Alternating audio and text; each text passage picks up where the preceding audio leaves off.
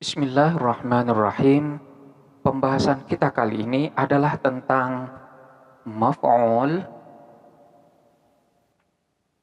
li ajlih.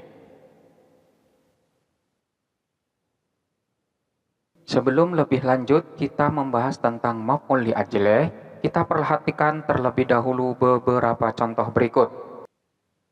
Ijtahada Khalidun fi dirasatihi raubata an-najahi. Selanjutnya, Doroba Khalidun Zaidan difa'an an nafsihi. Kemudian tasaddaqa Khalidun alal fuqara'i ta'atan li amri rabbihi. Ijtihada bersungguh-sungguh Khalidun, siapa Khalid, fi dirasatihi, di dalam pelajarannya, raubatan najahi, karena mengharapkan kesuksesan atau kelulusan. Selanjutnya, Doroba memukul Khalidun, siapa Khalid, Zaidan, kepada Zaid, difa'an, untuk mempertahankan an-nafsihi, terhadap dirinya. Kemudian contoh yang ketiga, tasaddaqa Khalidun alal fuqara'i.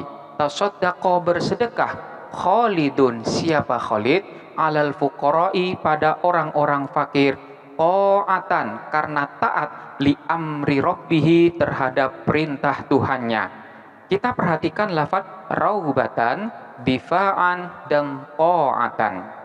Ketiga lafaz ini adalah merupakan faktor penyebab atau alasan yang terkait dengan pekerjaan yang dilakukan oleh Khalid. Pada contoh yang pertama di sini, Khalid rajin di dalam pelajarannya. Hal ini disebabkan karena memang dia mengharapkan terhadap kesuksesan.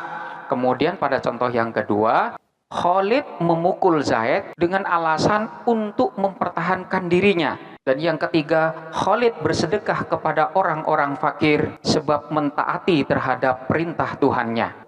Alasan-alasan inilah yang menjadi penyebab dilakukannya suatu pekerjaan. Inilah yang disebut dengan maf'ul li ajlih. Apa yang dimaksud dengan maf'ul li ajlih?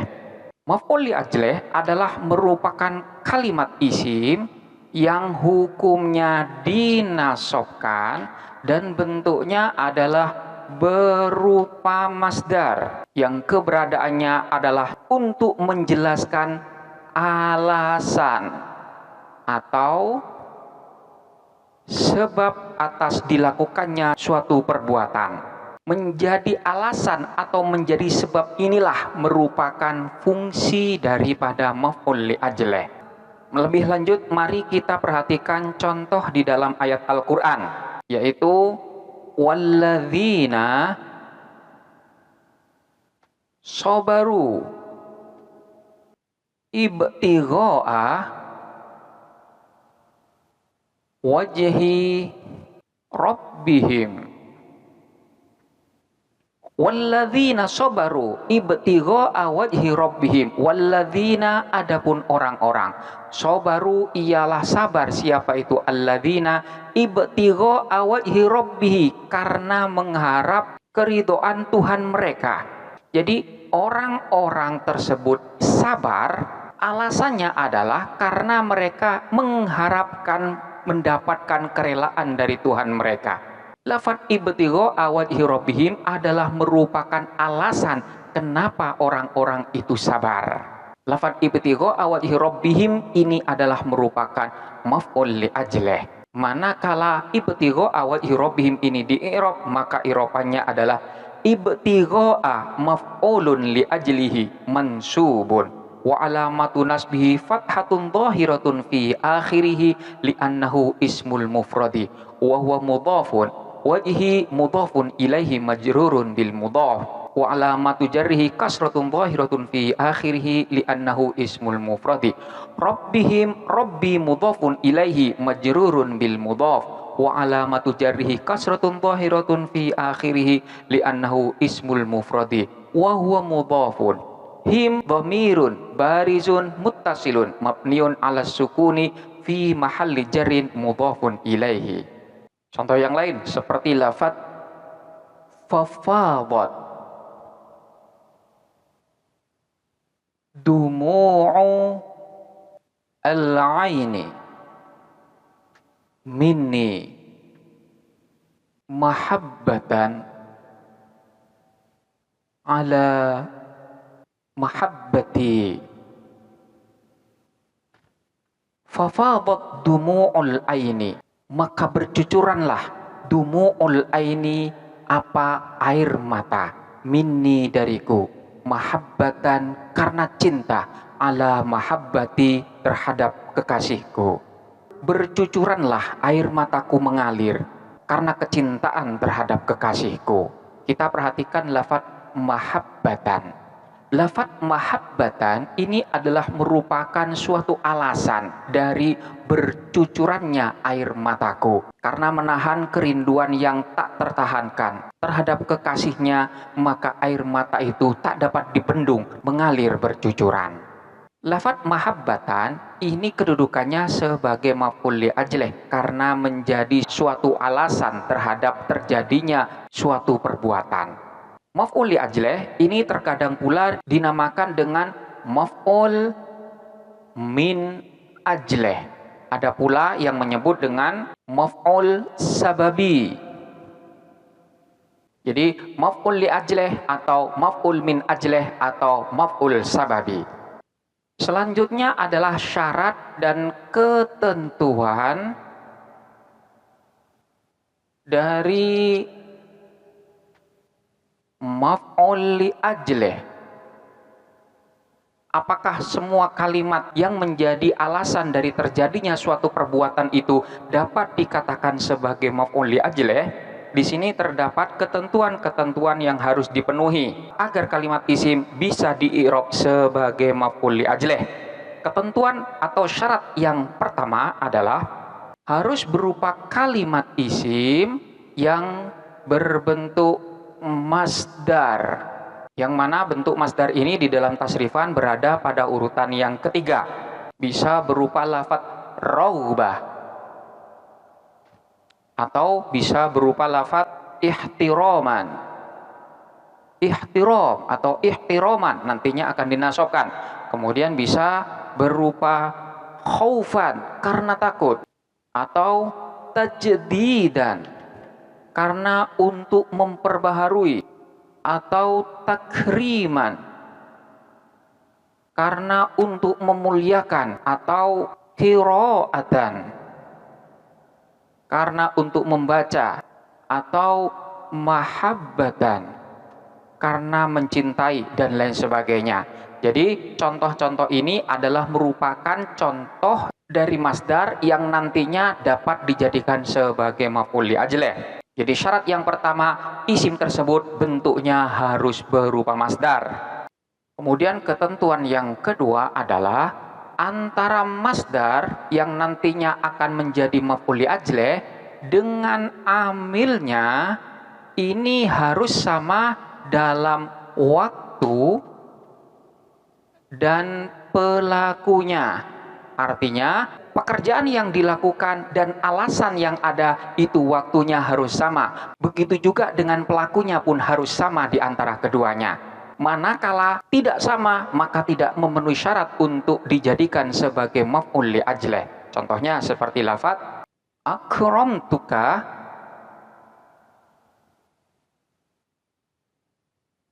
ikramaka li abi. Akramtu memuliakan siapa saya, ka kepadamu. Ikramaka karena memuliakanmu, li abi kepada ayahku. Kita perhatikan susunan ini. Pada lafadz akramtuka, saya memuliakanmu, ini pelakunya adalah saya. Sementara lafadz ikramaka, karena memuliakanmu, maka yang memuliakan ini adalah kamu. Dari sini dapat kita lihat bahwa antara pekerjaan dan alasan yang terjadi ini tidak memiliki pelaku yang sama. Pelaku daripada pekerjaan tersebut adalah saya, sementara pelaku dari alasannya ini adalah kamu. Maka dalam hal ini, lafadz ikramaka ini tidak dapat dijadikan sebagai maf'ul li ajlih, karena pelakunya tidak sama antara amil dengan masdarnya. Maka susunan semacam ini dinyatakan susunan yang keliru. Contoh yang lain seperti lafadz akramtuka khaufan ghadan. Akramtuka, akramtu telah memuliakan siapa saya kepadamu, khaufan karena takut. Jadi aku memuliakanmu itu bukan karena kamu itu mulia, namun karena alasannya adalah takut. Kapan takutnya itu? Ghadan, besok. Jadi memuliakannya itu kemarin, sementara takutnya masih besok. Maka dalam hal ini, lafadz khaufan ini tidak memenuhi syarat untuk dijadikan sebagai maf'ul li ajlih, karena terjadi ketidaksamaan waktu antara amilnya dengan masdar yang dijadikan suatu alasan. Sehingga susunan ini bisa dikatakan sebagai susunan yang keliru. Jadi harus ada kesamaan waktu dan pelaku antara amil dengan masdarnya. Selanjutnya contoh dari susunan maf'ul li ajlih yang telah sama antara masdar dan amilnya dalam waktu dan fa'ilnya. Seperti lafadz doroba Khalidun as-sariqa khaufan min firarihi. Doroba memukul, Khalidun, siapa Khalid? As-sariqa, kepada pencuri. Alasannya apa? Khaufan, karena takut, min firarihi, dari larinya pencuri tersebut. Jadi Khalid memukul pencuri karena takut pencuri itu lari. Kita perhatikan di sini amilnya adalah lafadz doroba. Doroba di sini bermakna memukul. Siapa yang memukul? Khalidun, Khalid. Kemudian lafadz khaufan ini adalah alasannya. Siapa yang takut? Yang takut itu adalah Khalid. Maka dalam hal ini telah sama dalam segi pelakunya, yaitu antara amil dan masdarnya di sini pelakunya sama, yaitu Khalid. Selanjutnya waktunya. Doroba memukul, Khalidun, siapa Khalid? As-sariqa, kepada pencuri. Berarti Khalid memukul pencuri. Kemudian alasannya adalah khaufan, karena takut. Ketika Khalid itu memukul pencuri, maka pada waktu itulah dia memiliki alasan terhadap pemukulan tersebut. Kapan alasan itu terjadi? Pada waktu terjadinya pemukulan Khalid terhadap pencuri. Maka dalam hal ini dapat dikatakan bahwa antara amil dengan masdarnya ini waktunya sama. Maka dalam hal ini lafadz khaufan ini sudah memenuhi syarat dalam segi kesamaan antara waktu dan pelakunya, sehingga di sini dapat dijadikan sebagai maf'ul li ajlih. Kemudian syarat yang ketiga adalah harus menjadi faktor penyebab atau alasan. Jadi harus merupakan alasan atau merupakan sebab terjadinya suatu perbuatan. Ketika syarat pertama dan kedua sudah terpenuhi, dia harus memberikan faedah, alasan atau menjadi penyebab atas dilakukannya perbuatan. Jika tidak, maka tidak dapat berperan sebagai maf'ul li ajlih. Kita perhatikan contoh arada Khalidun ikramad dhaifi. Arada, berkehendak, Khalidun, siapa Khalid? Ikramad dhaifi, kepada memuliakan tamu. Kita perhatikan lafadz ikroma. Di sini lafadz ikroma bentuknya sudah berupa masdar. Maka di sini syarat pertama sudah terpenuhi. Kemudian yang kedua, antara waktu dan pelakunya ini harus sama. Kita perhatikan lafadz aroda. aroda berkehendak. Siapa yang berkehendak? Yang berkehendak adalah Khalid. Kemudian ikramad dhaifi, memuliakan tamu. Siapa yang memuliakan tamu? Yaitu Khalid. Maka di sini pelakunya sama. Selanjutnya waktunya. Aroda berkehendak Khalidun. Siapa Khalid? Khalid berkehendak memuliakan tamu. Di sini pun sama waktunya. Dengan demikian, lafadz ikram di sini telah memenuhi syarat yang kedua. Kemudian syarat yang ketiga, apakah lafadz ikram itu sudah menjadi alasan atau sebab dari perbuatan arodanya Khalid?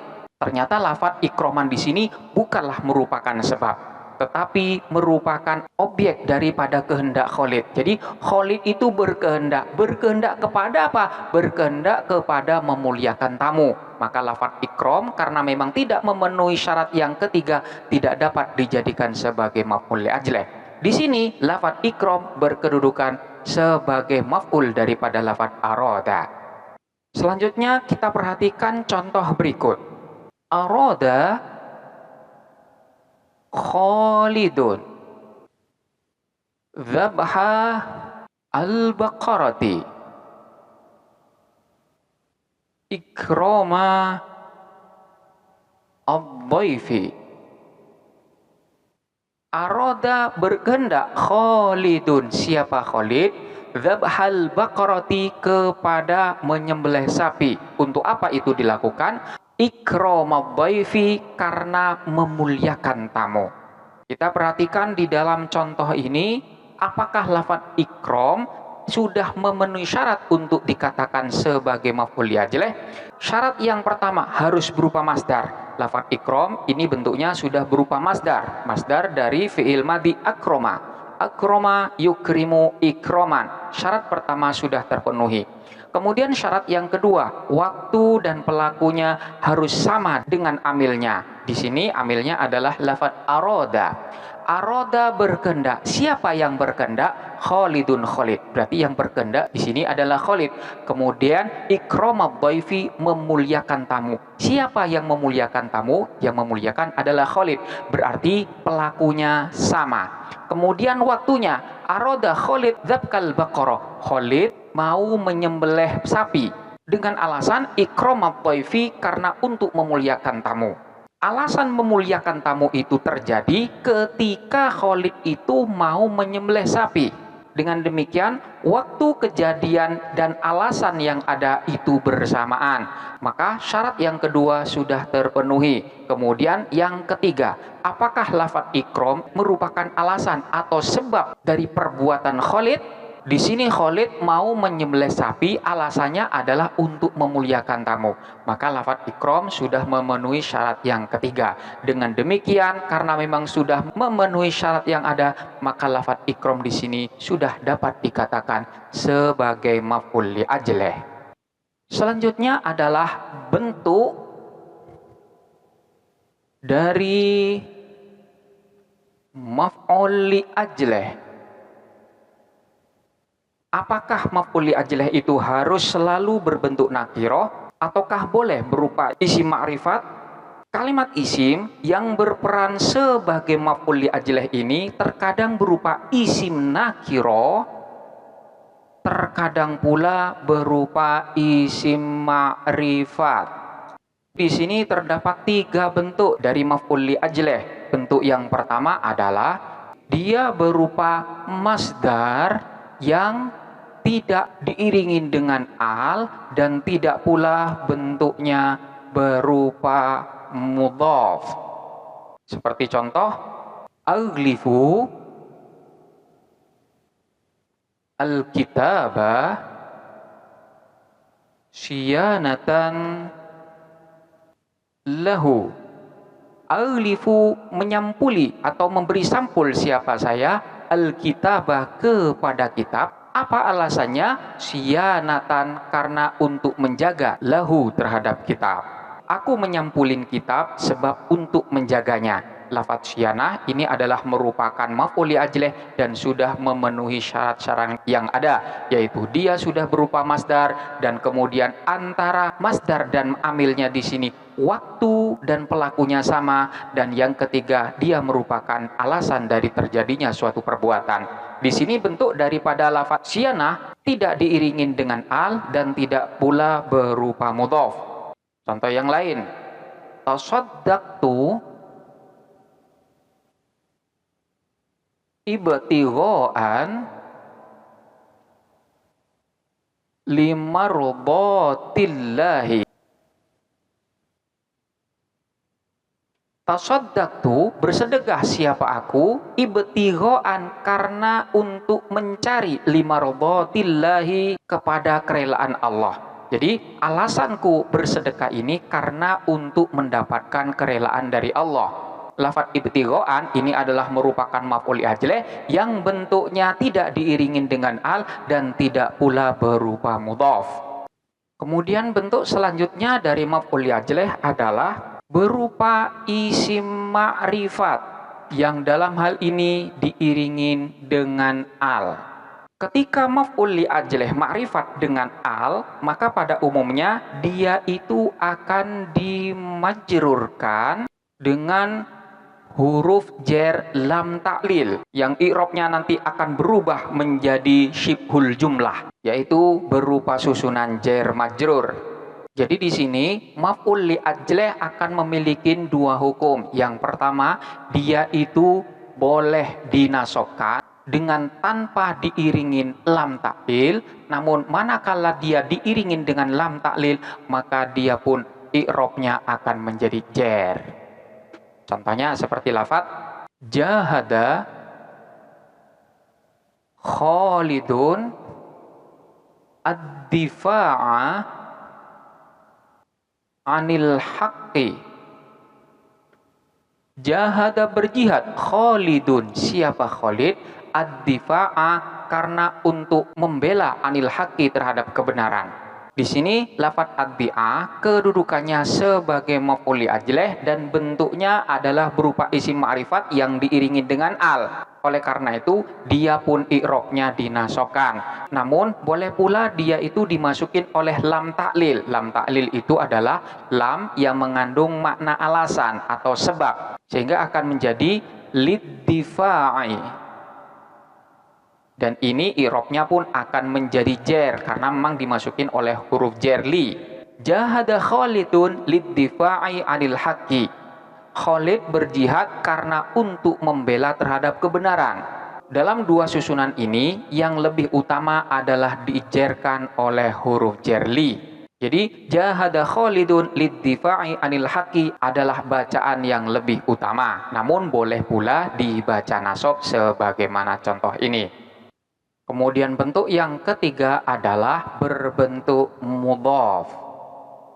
Ketika maf'ul li ajlih diidhofahkan, dia boleh dinasobkan atau boleh pula dia itu diijarkan dengan dimasukin oleh lam ta'lil. Jadi ada dua hukum. Kedua bacaan ini diperbolehkan dan statusnya setara. Beda dengan bentuk yang kedua tadi, yang mana lebih utama diijarkan dengan lam ta'lil. Untuk yang berbentuk mudhaf itu boleh keduanya, boleh nasab dan boleh pula diijarkan oleh lam ta'lil. Contohnya seperti lafaz soma Khalidun ibtigha'a mardatillahi. Soma, berpuasa, Khalidun, siapa Khalid, ibtigha'a mardatillahi, karena untuk mendapatkan keridhaan Allah. Di sini lafaz ibtigha'a mardatillah adalah merupakan maf'ul li ajlih karena menjadi alasan dari Khalid itu berpuasa. Bentuk daripada maf'ul li ajlih di sini adalah berbentuk mudhaf dan i'rabnya pun dinasobkan.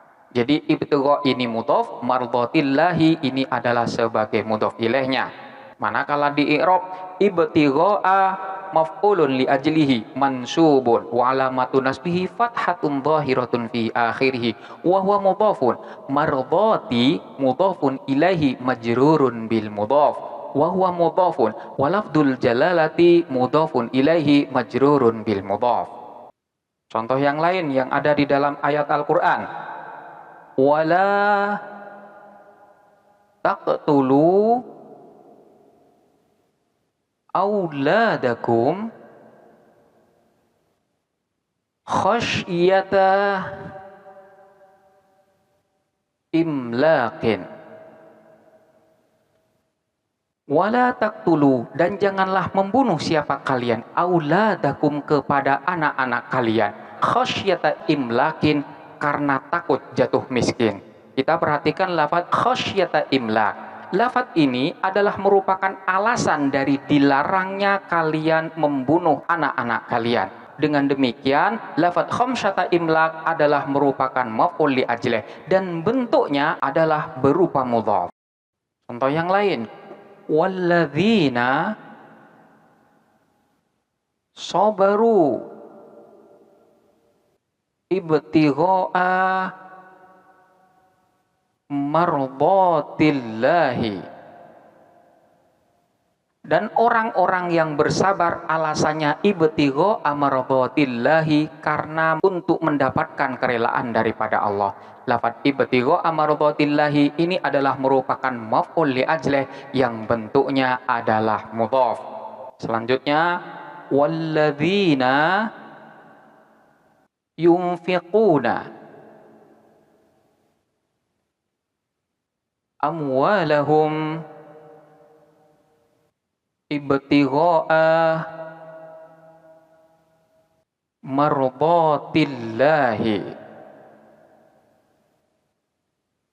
Walladzina, dan adapun orang-orang yunfikuna ialah berinfak atau menafkahkan siapa alladzina amwalahum kepada harta-harta mereka. Alasannya adalah ibtigha'a mardatillahi karena untuk mendapatkan kerelaan dari Allah.